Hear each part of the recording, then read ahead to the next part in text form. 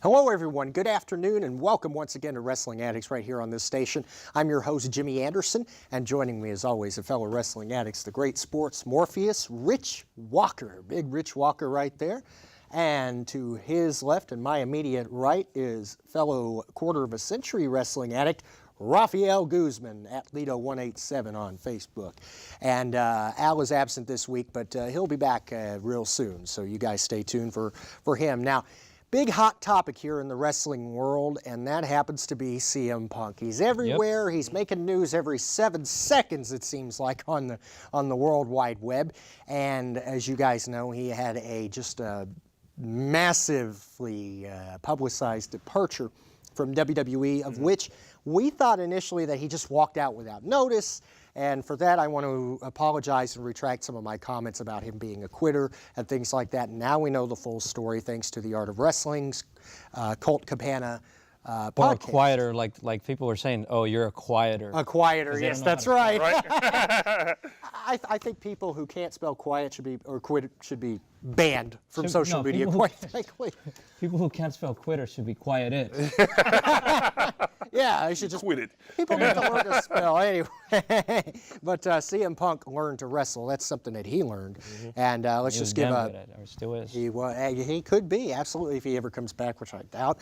But let's just go through some quick stats right here. Believe it or not, guys, he started on the backyard wrestling scene with his brother. Wow. They had a falling out, something about money embezzling or something. Wow. And then he debuted professionally in 1999 on the indie circuit, worked his way up to Ring of Honor, then TNA, Total Nonstop Action from 2002 to 2005. He was in Ohio Valley Wrestling, that's WWE's developmental territory, or it was at the time, for the next year from 05 to 06. Went to WWE's version of Extreme Championship Wrestling, although it wasn't very extreme, but he was a star there from 06 to 08. And then for the next 5.5 years, he made it to the big time, the main roster of WWE, of which he was the champion several times, and is currently the 6th longest reigning champion at 434 days. Right. Now, if that's not a big accomplishment, I don't know what is. I mean, that's the 6th longest reign. You know, and to me, that's just incredible. Get your guys' thoughts. Richard, I'll start with you. Your general thoughts on CM Punk as a talent, as a performer, mic skills. He had a lot. He had the whole package, didn't he? Absolutely. The total package. The charisma, the mic skills, his abilities in the ring speak for themselves. I mean, this guy can work. This guy can work. He can work the crowd. He's one of the few guys that you can fully cross over as a full-blown heel and as a full-blown baby face, and he goes over either way. The guys, he's an amazing talent, and I think he would have had, because he's not going to get in now, obviously with the state of his departure, but he would have had a Hall of Fame career had he, stayed with the WWE. Rich? I mean, Rafael. It sucks. As a wrestling fan, it sucks that he's not with WWE right now, but he, as you guys said, he's had a good career. From the start from ECW, then to the main roster in WWE. And he had so many personal issues with WWE, which, if you guys are aware or not, there was a podcast recently that he was a part of. There was one podcast and a follow-up podcast, and he pretty much explains a lot of it. Right. And he's not a quieter or a quitter. Basically, that was the Art of Wrestling with Colt Cabana, wasn't correct. It? Which I mentioned. Yeah. Yes. And he pretty much explains a lot of stuff there as to his unhappiness and the reason why he left, and his decision just recently announced to go to the UFC, become an MMA fighter. An MMA fighter, which to me is quite different from being a wrestler. Huge difference. And we'll compare and contrast that later. But as far as his ring skills go, I mean, they were top-notch. Big time. I think one of the problems, though, is that he was a product of the wrong generation. You think so? Yes, and I'll tell you why. To me, he was more of an attitude-era guy who tried to fit into this PG thing. That's what I mean. Yeah. His wrestling skills, though, sort of more or less kind of belong in this generation. As you guys know, WWE now contests longer matches.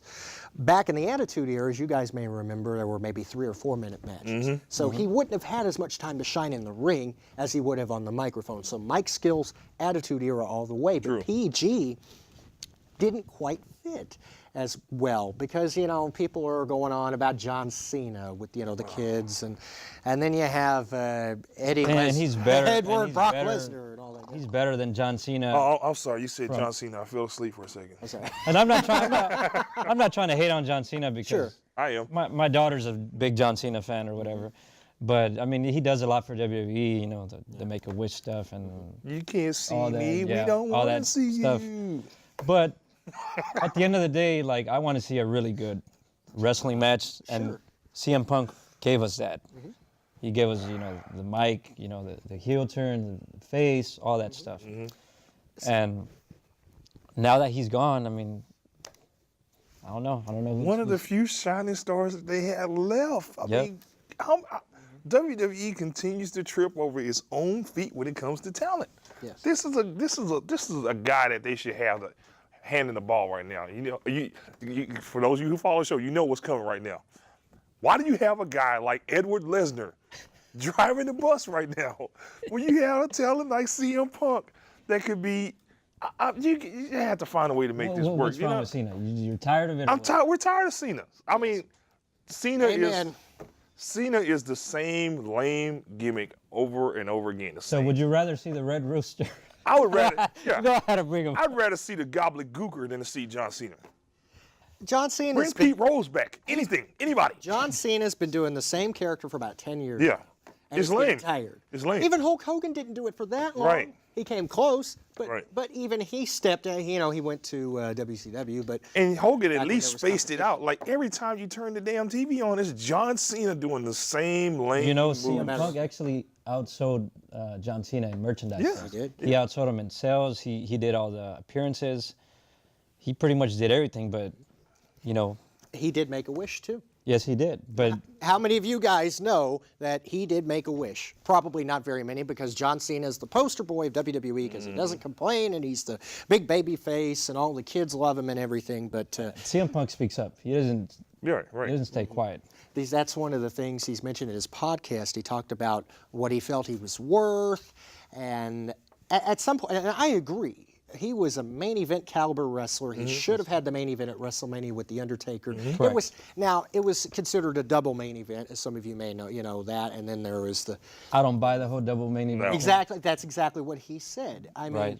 you've got one main event, and it's the one that goes on last. But usually, you politic to get your way into the grand. Which in his podcast he admitted, he's like, I don't like to use the word politics or whatever, but he's like, I tried to politic my way into getting the main event because he felt like he had no choice but to do that. Yeah. You have to at times. Yeah. That's in That's WWE. the sad state of That's the affairs sad. in WWE. Yeah. Exactly. You have to.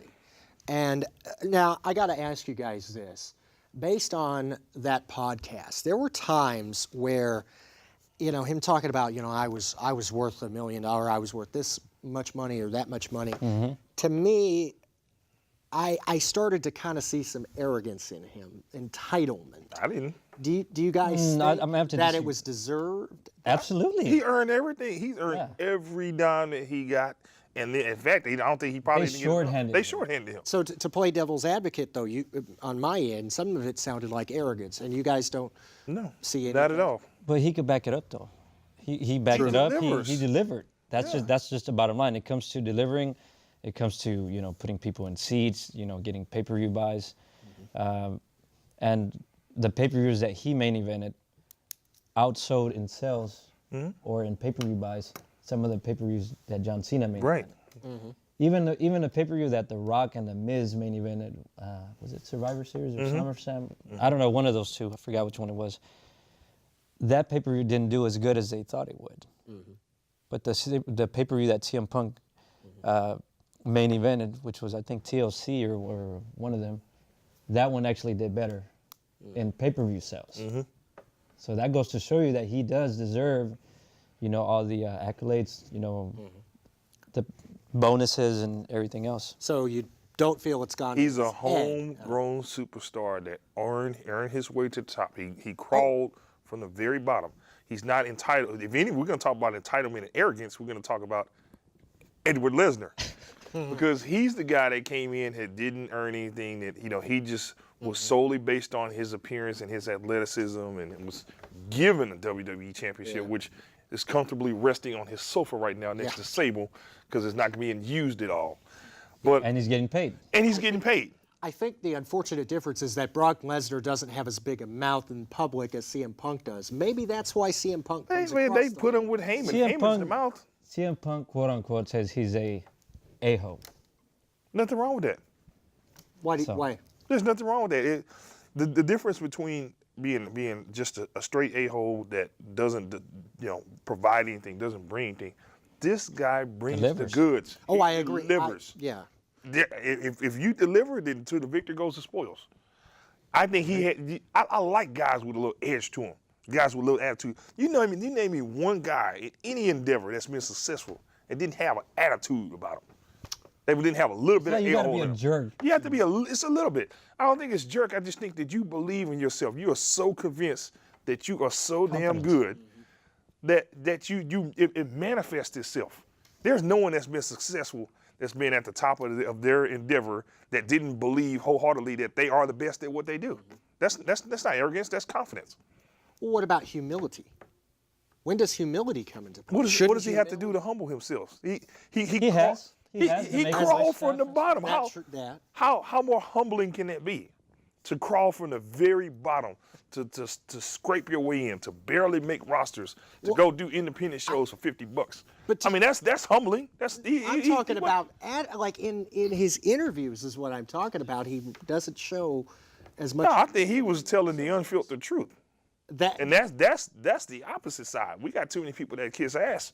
We need people that tell it like it is. We need more CM Punk kind of people. Which is okay, I think, to tell the truth. But sometimes it just seems a little too much. But I tell you what, here in just a little bit, we're going to be talking more about CM Punk's career, as well as his on and off-air persona over the years. And that's all coming up when Wrestling Addicts continues. Stay with us.